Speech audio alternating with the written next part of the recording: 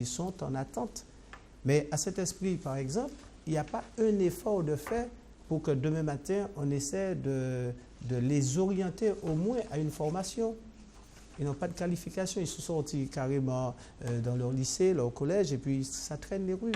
Et aujourd'hui, nous nous penchons là-dessus, surtout à les inciter et à leur dire demain matin de ne pas perdre cet espoir-là qu'ils ont, parce que ça y est, pour eux, c'est fini, on ne fait absolument rien pour eux. Nous allons aussi parler, pas seulement de cette jeunesse-là sans repère, mais aussi de la culture. De cet esprit, je l'ai toujours dit, c'était la capitale du Sud. Aujourd'hui, on n'a même pas réussi à garder l'avant-dernière place. Nous sommes les derniers dans tout. Il faut rappeler à ceux qui nous écoutent que le premier collège dans le Sud, c'était à Saint-Esprit. Il faut les rappeler ça en permanence. Il faut les rappeler que le premier hôpital, première maternité aussi, c'était à Saint-Esprit. La première perception, c'était à Saint-Esprit. Le premier collège, c'était à Saint-Esprit. Et notre fierté, c'était de voir que des personnes de Sainte-Anne, et d'ailleurs, venaient à l'hôpital aussi. Eh bien, aujourd'hui, nous avons perdu pratiquement tout. Il nous reste une perception que si nous ne prenons pas garde, nous risquons de voir disparaître cette perception. Et l'hôpital aussi. Et aujourd'hui, on me parle de la caserne de centre de secours. Il y a des projets qu'on voit tout le temps, ce sont des projets et puis on ne voit jamais l'aboutissement. Aujourd'hui, je dis qu'il est temps d'être plus sérieux que ça. Il est temps de redonner confiance à cette population-là et leur dire qu'avec 2014, je pense que, et pas seulement à cet esprit, je parle de cet esprit, qu'il est temps que l'on remette un peu d'ordre, surtout dans les finances, mais dans les affaires aussi. Dans les affaires? Dans les affaires aussi. Pourquoi pas? Parce que les affaires, il y en a. Alors, M. Surena, du côté de Case Pilote, mais pour vous, qu'est-ce qui manque? Qu'est-ce qui manquerait? Qu'est-ce qui fait que vous voulez vous présenter? Vous êtes candidat. Qu'est-ce que vous allez améliorer? Qu'est-ce qui manque à Case Pilote? Je viens à Case Pilote pour être candidat, pas pour obtenir un poste en plus. J'ai toujours milité, comme je vous l'ai dit tout à l'heure, pour défendre les intérêts de cette commune. Ce qui manque à Case Pilote, c'est fondamentalement un sentiment de respect pour les pilotas. Nous avons un maire en place qui décide de tout sans prendre l'avis même de son conseil municipal, même de sa majorité de conseil municipal. C'est de la dictature, ça. C'est même pas de la dictature. La dictature est assez organisée, c'est de la désinvolture. Et c'est ça que je reproche à ce maire qui est là, c'est d'être désinvolte à notre égard. Vous savez, il a une grande tradition de la tape dans le dos. Vous savez, une grande tradition de certain nombre de gens à la Martinique. Vous avez une grande tape dans le dos pour vous faire croire que nous sommes pareils, quoi. Eh bien, nous ne voulons plus ça. Alors, il faut d'abord rétablir la démocratie à Case Pilote. Il faut savoir ce qui est décidé doit être décidé par le conseil municipal. Le maire n'a pas le droit légalement de prendre des décisions sans le point de vue de ce conseil municipal. Donc, non seulement il faut répondre à ces questions-là, mais il y a deux grandes questions à la Martinique aujourd'hui. Il y a la question du chômage, qui est une question fondamentale, et notamment le chômage des jeunes de moins de 25 ans. Et il y a un deuxième problème, qui est le problème du vieillissement de la population. Si nous faisons de la politique, nous devons essayer, dans la phase actuelle, de répondre à ces deux questions-là. Si nous faisons de la politique, il faut tenter, là où nous nous trouvons, en liaison avec l'Europe, avec l'État, avec les assemblées ou l'Assemblée unique qui sera en place, à inverser cette situation-là. C'est-à-dire, il n'est pas normal que, parce que nous avons des jeunes formés à la Martinique, nous avons des jeunes formés, de moins de 25 ans qui sont formés, et qui n'ont pas de travail. Donc, il nous faut effectivement, non pas dire aux gens, la commune va régler le problème en donnant un petit travail à celui-ci, à celui-là. Non, il faut leur dire, nous devons articuler un projet pour agir au niveau des assemblées existantes ou de l'Assemblée unique qui existera, Oui. au niveau de l'État, au niveau de l'Europe, et essayer à la fois de former encore plus ceux qui sont déjà formés, de former ceux qui ne sont pas suffisamment formés, et par conséquent, nous devons tenter. Je ne dis pas que c'est facile, je dis que justement parce que ce n'est pas facile, il nous appartient de le faire. Et si je viens à Casse Pilote, parce que votre question répond à la première question, c'est-à-dire que ce que les gens pensent de la politique, je leur dis la chose suivante, c'est que je viens dans cette bataille les mains ouvertes. Hein? Je viens les mains avec des mains fraternelles. Et par conséquent, je suis prêt à entendre aussi bien les critiques qui s'adressent à ma personne ou qui s'adressent à mon groupe politique ou aux idées que je défends. Donc, je suis prêt à entendre ce que les gens disent et à discuter avec eux. Et je m'engage à essayer de les convaincre, non pas à les forcer à adhérer à mes idées, mais tout le monde à Casse-Pilote sait et pas seulement à Casse-Pilote, mais dans toutes les communes, que notre situation est dramatique. Et que ce n'est pas en ayant un maire désinvolte à la tête de la commune que nous avons quelque chose. Il faut savoir que Casse-Pilote a une âme. Casse-Pilote représente une façon de penser. Les gens veulent être respectés. Moi, c'est ce que je ressens, en tout cas, de la population. Il y a même des membres du conseil municipal actuel de la majorité qui apprennent par nous ce qui a été décidé, parce que nous sommes peut-être la seule force depuis des années à dénoncer l'incurie actuelle. Bien. Merci. Alors, justement, du côté de Rivière-Salée, qu'est-ce qui manquerait à Rivière-Salée? Parce que c'est une ville qui se développe. Ah, vous trouvez? Je dis ça comme ça. Pour les Saléens, Rivière-Salée, c'est une commune qui sommeille, qui dort. Donc, je pense qu'il faut qu'on donne à Rivière-Salée une impulsion. D'accord. Hein. Faut savoir que 24 ans de municipalité, 24 ans de maire en place, nous sentons à Rivière-Salée que jusqu'à maintenant, les Saléens ne sont pas informés des actions que mène la mairie. C'est-à-dire que pour les conseils municipaux, aucun Saléen ne savent le jour, le lieu des conseils municipaux. Donc, nous, au niveau du RDS, ce que nous souhaiterions faire... Ah, parce qu'il n'y a pas eu un jour qui est prévu pour cela? Il y a un jour, mais ce n'est pas communiqué. Ah, d'accord. Bon, sinon, il faut aller à la mairie pour le savoir. D'accord. Mais normalement, c'est une audience publique. Et il faut savoir que beaucoup de Saléens ont aimé être informés des décisions, surtout les impliqués. Donc, c'est pour cela qu'au sein de notre parti, de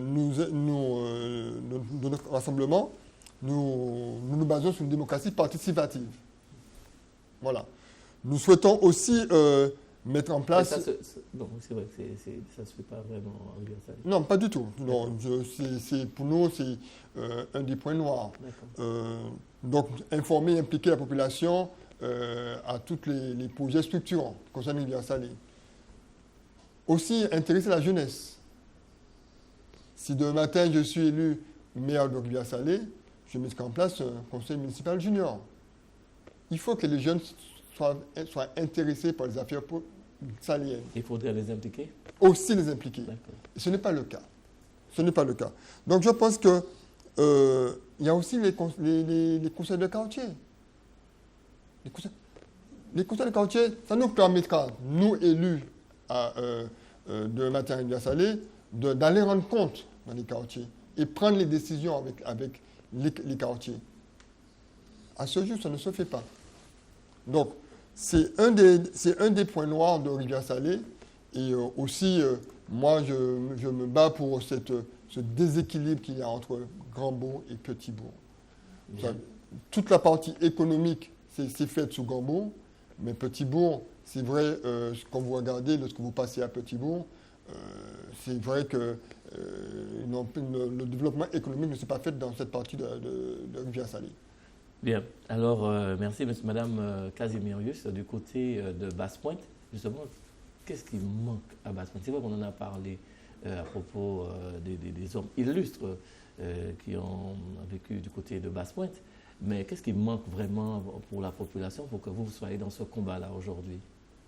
Il manque tout à Basse-Pointe. Ah bon? Je dis en permanence que Basse-Pointe, il y a vraiment repensé à reconstruire.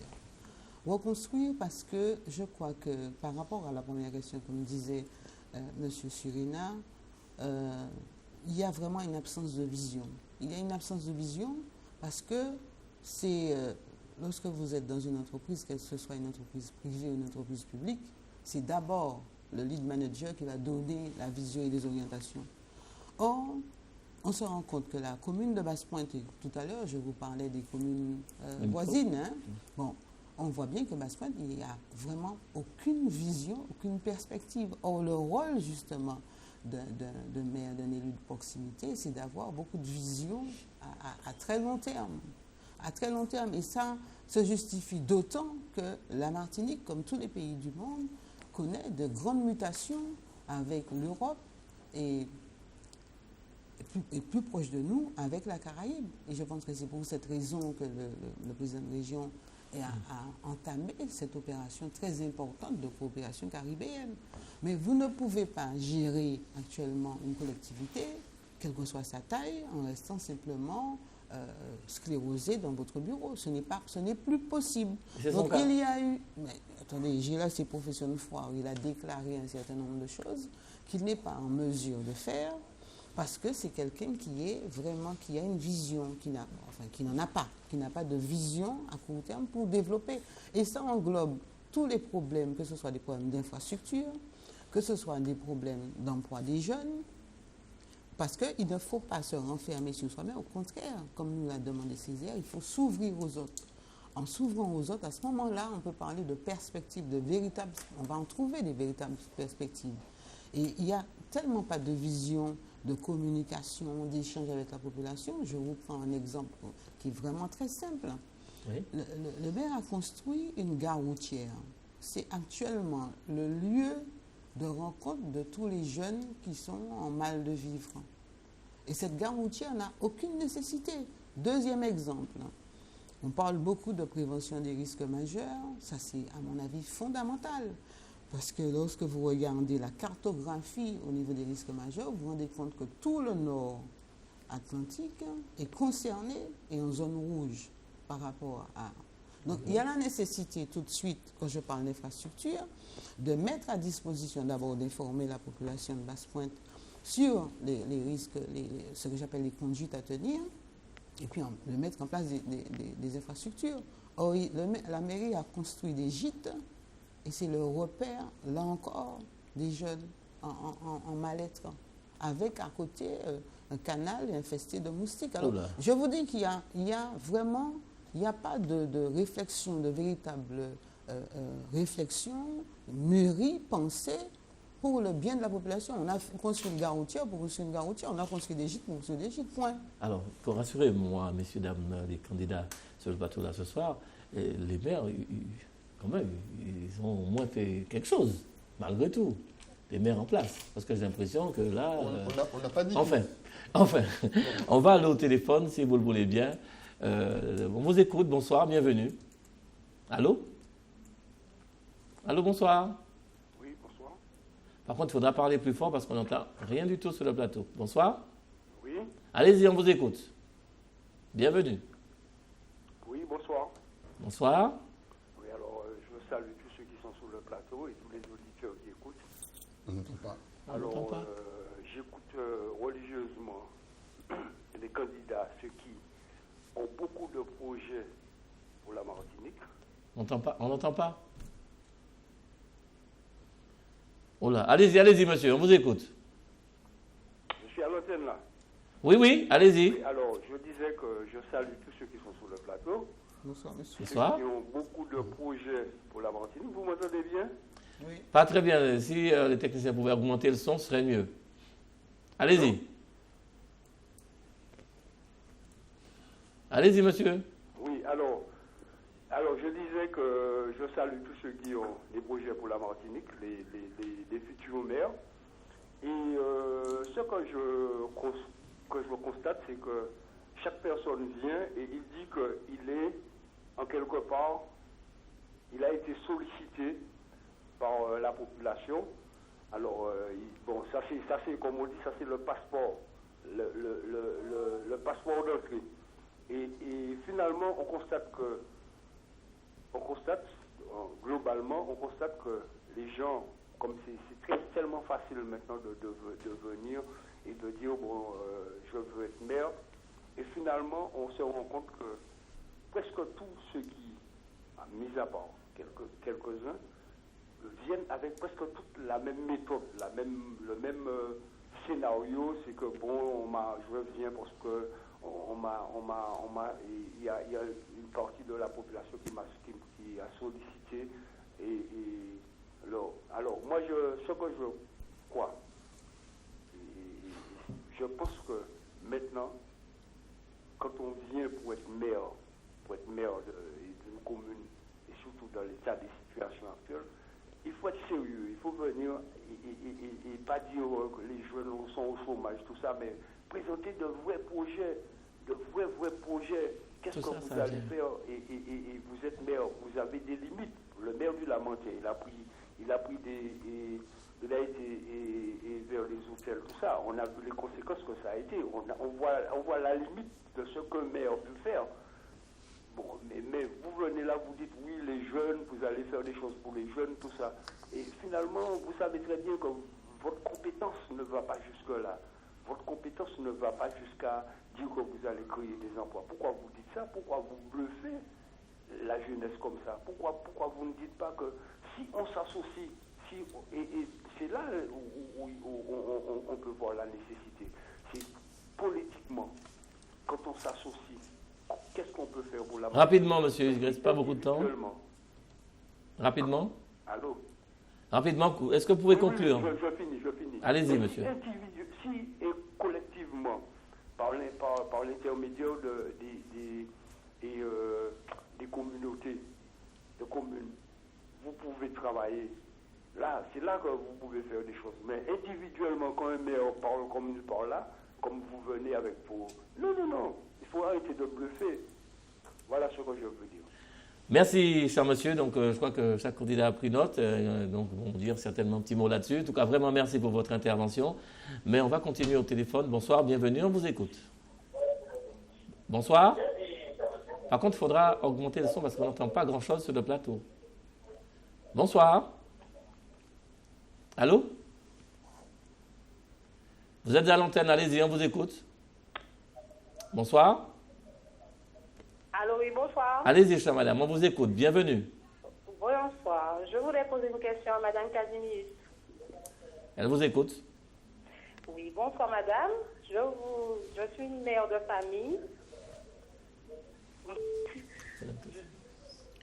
Allez-y, madame. Elle vous écoute. Allez-y. Allô? Oh là là. Allô? Bonsoir. Il y a un petit problème? Et je voudrais savoir si vous serez à vous battre. Allô? Il faudra baisser sur le volume de votre téléviseur. Je l'ai baissé. Ah, ok, d'accord, allez-y. Alors, je suis une mère de famille et je voudrais savoir si vous serez prête à vous battre pour les jeunes mères qui sont à la recherche d'un emploi et les autres communes. Dans les autres communes, on emploie des jeunes alors que la mairie de Basse-Pointe, c'est la même équipe qui est là toujours. Ah. Depuis des années. Ben merci. Merci, chère madame, pour votre intervention. Voilà, donc, donc vous avez été interpellée individuellement, madame Casimirius. Vous pouvez répondre? Je vais répondre pour les deux questions. Hein. Oui. Alors, la première question, il était question de vrais projets et surtout la personne pense qu'en parlant en s'intéressant à l'emploi, que c'est un faux problème. Je vais rassurer cette personne en lui disant que ce n'est pas un faux problème. Parce que j'ai dirigé l'agence ACEDIC du Nord Atlantique pendant 8 ans. Ah, parce qu'elle disait, d'après ce que j'ai compris, c'est que la mairie n'a pas vocation à créer des emplois. Je vais vous expliquer. Or, il existe un listing. Et à l'époque, c'était à l'époque des CES et notamment des TUC, des travaux d'utilité collective, il y avait des maires. Et c'est là qu'on voit justement, je parlais de posture, de vision. Il y avait des maires du Nord Atlantique.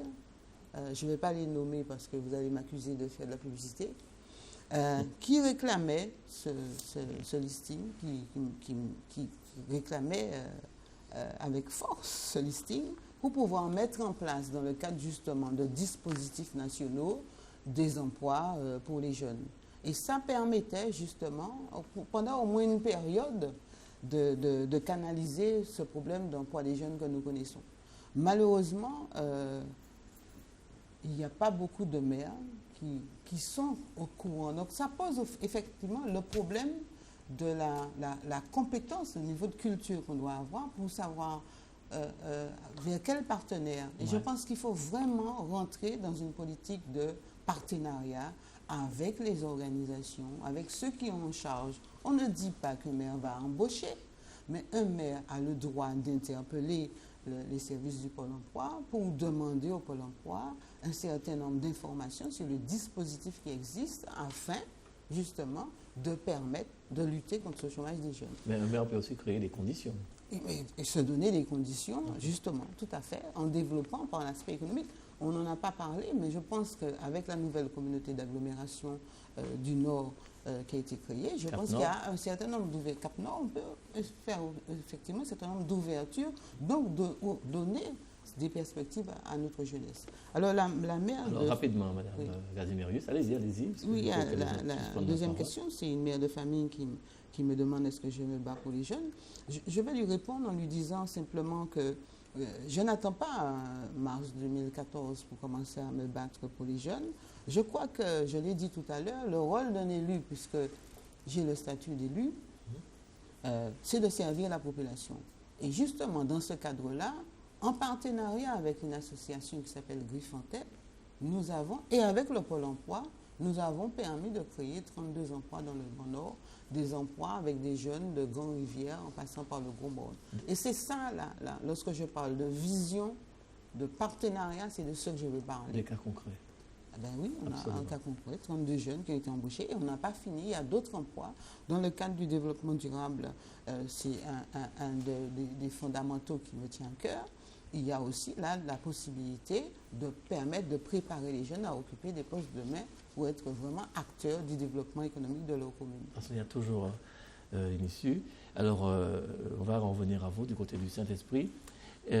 Justement, donc le téléspectateur vous interpellait de façon générale sur le plateau en disant que c'est la population qui m'a appelé. Ce schéma-là, on dirait que... Enfin, il y a plein de personnes qui doivent penser pareil, que c'est une façon de dire mais je viens en politique, mais il me faut une excuse. Enfin, je ne sais pas ce que vous en pensez. La question, c'est vraiment ce qui s'est passé.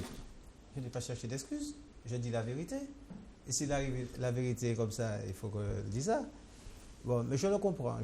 C'est vrai parce que je vous ai dit tout à l'heure qu'effectivement, les jeunes n'ont plus confiance dans la politique. On a commencé par là. Oui. Et oui, voilà encore la question posée. Mais je ne crois pas que quelqu'un a dit sur la table déjà qu'on va donner des emplois aux jeunes. Hein. On n'a pas dit non plus qu'aucun maire n'essaie pas de se donner pour créer des emplois. Est-ce que je dois dire que c'est l'affaire de maire de créer des emplois? Ce n'est pas ce que je dis non plus. Je ne pense pas que vous allez dire ça non plus. Je dis simplement qu'il faut créer des conditions, comme vous dites. C'est vrai qu'il y a des maires qui font un effort considérable. Et puis il y en a d'autres, je ne vais pas les nommer, il y en a d'autres qui font absolument rien pour créer quoi que ce soit. Alors que nous avons des atouts à Saint-Esprit, par exemple. En matière touristique, c'est la seule commune qui n'a encore absolument rien. On n'a même pas un petit hôtel pour recevoir un touriste. On pourrait créer et faire quelque chose avec ces gens-là. Nous avons près de 10 000 habitants. Nous n'avons pas, à cet esprit, un restaurant digne de recevoir qui que ce soit. Est-ce que c'est l'affaire du maire de créer un restaurant? Non, mais c'est l'affaire du maire de créer ces conditions. Il y a des jeunes là qui n'ont rien à faire. Il faut les envoyer en formation, les inciter. La mairie peut se porter garant, puisque ces jeunes-là, ils n'ont pas rien, tout à l'heure, pour rien. Mais la mairie peut se porter garant de façon à pouvoir les aider à créer. Il faut les accompagner. Et c'est pourquoi je dis qu'effectivement, ce n'est pas une démagogie quand on dit ça. Si je suis élu demain, il me faudrait créer une cellule de jeunes en difficulté. Parce que les jeunes ne viennent pas en mairie. Oui. Il faut aller vers eux. Et pour aller vers eux, il ne faut pas c'est un grand homme qui aller vers eux. Il faut envoyer un jeune pour aller discuter avec eux, pour les emmener justement, les orienter. Ils connaissent leur langage en fait. Pardon? Ils connaissent leur langage. Mais oui, ils connaissent leur langage. Voilà. Alors, en très peu de mots, oui, monsieur Surena, en très peu de mots, puisque vous avez été interpellé aussi. Je ne suis pas dans la démagogie pour dire aux gens la sollicitation de la population.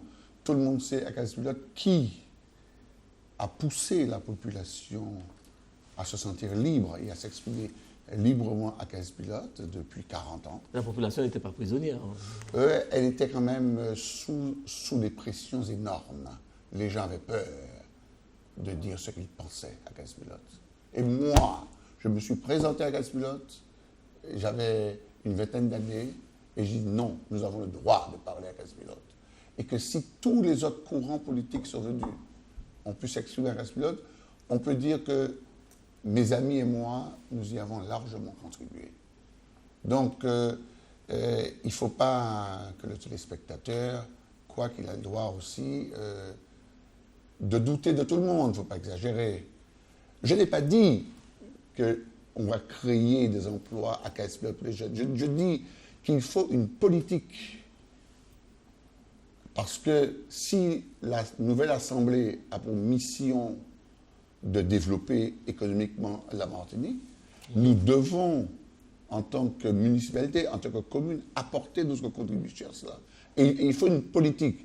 Mais c'est, comment dire ça, on ne peut pas l'inventer. Il faut prendre la mesure des choses.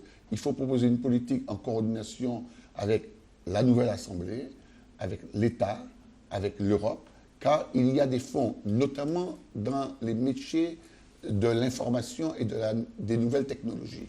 Alors donc ce sera peut-être l'occasion en 2014 d'expérimenter tout cela, si vous êtes élu maire, pourquoi pas. Alors, du côté de Rivière-Salée, alors par contre je ne me rappelle pas du tout le nom, monsieur Bellimont. Alors, monsieur Bellimont, vous avez aussi été interpellé là-dessus, donc 2 mots juste rapidement, puisqu'on doit aller au téléphone. Vous savez, lorsqu'on s'engage en politique, nous avons ce souci de l'emploi, de la jeunesse. Et c'est vrai qu'en tant que responsable de magasin, je suis très souvent sollicité par des jeunes qui postulent à des postes, soit en tant que contrat en alternance ou autres.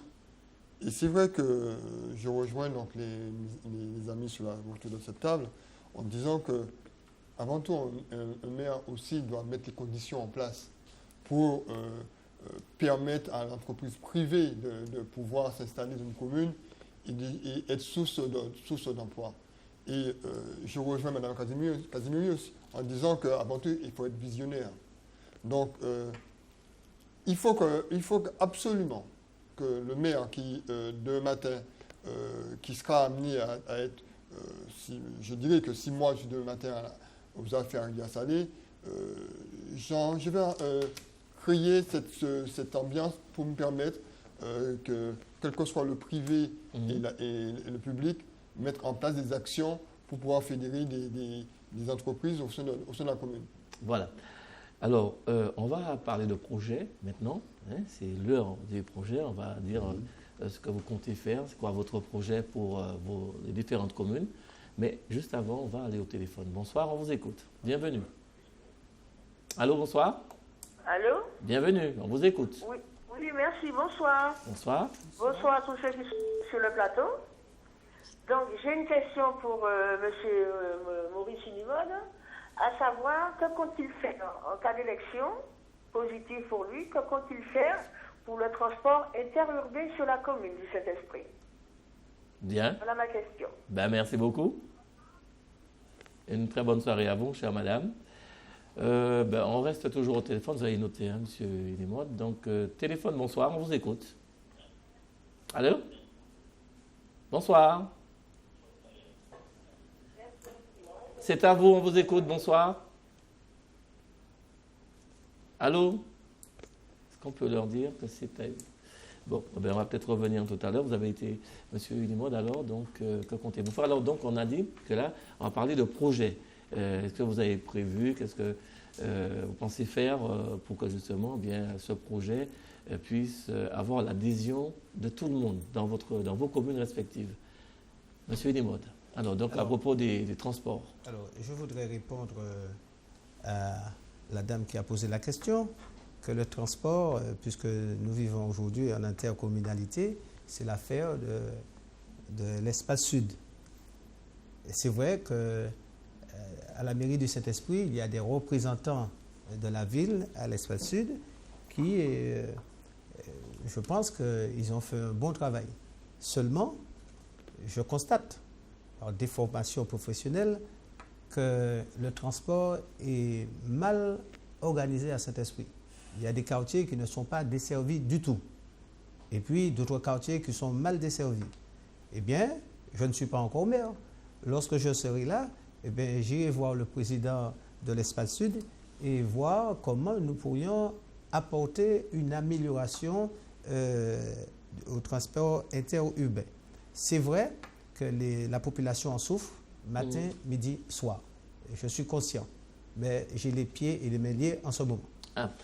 Alors justement, pourquoi ne pas s'unir, juste avant de passer donc, au projet, pourquoi ne pas vous unir, donc toutes les personnes de l'opposition, j'ai presque envie de dire, pour justement monter au créneau, aller à cette bataille? Pourquoi ne pas vous unir? Je vais vous Monsieur répondre. Thiraud, Alors, je vais vous répondre. Oui. Je ne suis pas un opposant du maire du Saint-Esprit, je suis simplement candidat. Les opposants du maire, ce sont ceux qui sont élus au conseil municipal de l'opposition. Ce n'est pas à moi de monter au créneau. J'ai écrit le maire malgré ça pour attirer son attention sur le fait qu'il y avait ce problème de transport et bien d'autres choses. Oui, le 22 avril, jusqu'au moment où nous parlons, 2012, jusqu'au moment où nous parlons, je n'ai aucune réponse. Et je lui proposais même mon aide, puisque j'ai travaillé à l'Espace Sud, je vous ai dit que j'étais conseiller communautaire. Je lui ai même proposé de porter ma connaissance là-dessus, mais jusqu'au moment, il ne m'a jamais répondu. Ah, d'accord. Alors, justement, parlant de ces unions, M. Surena, du côté de Casse-Pilote, pourquoi ne pas vous unir avec, par exemple, M. Élie Caronik? Posez-lui la question. Est-ce que lui veut s'unir? Posez-lui la question. Nous avons fait une proposition concrète, dans des combats concrets, parce que nous nous battons réellement. Nous n'avons pas attendu 2013-2014 pour dénoncer ce qui n'allait pas à Casse-Pilote. Depuis des années, nous sommes la seule force politique. Au point que quelqu'un m'a dit un jour, mais où est l'opposition du conseil municipal? C'est vous la seule opposition. Donc nous avons fait notre travail. Ceux qui ont voulu nous rejoindre dans ce combat nous ont rejoints. Hein, et nous avançons fermement. Mais sûrement. Hein, mais sûrement, nous avançons. Nous n'avons jamais refusé d'union avec qui que ce soit. Il y a des gens qui ont prétendu être assez forts, assez grands pour pouvoir ne pas nous rejoindre dans notre combat. Ça, c'est leur droit. Nous respectons la liberté de chacun. Mais nous savons que nous sommes dans notre légitimité. Car être dans un combat comme celui que nous menons, ça ne s'improvise pas, quoi. Nous avons démontré par les actes que nous étions capables de vaincre ce maire sur un projet qui était marqué par le sceau de l'injustice. Et nous l'avons fait. Et s'il y a union, ce sera encore peut-être mieux. Mais si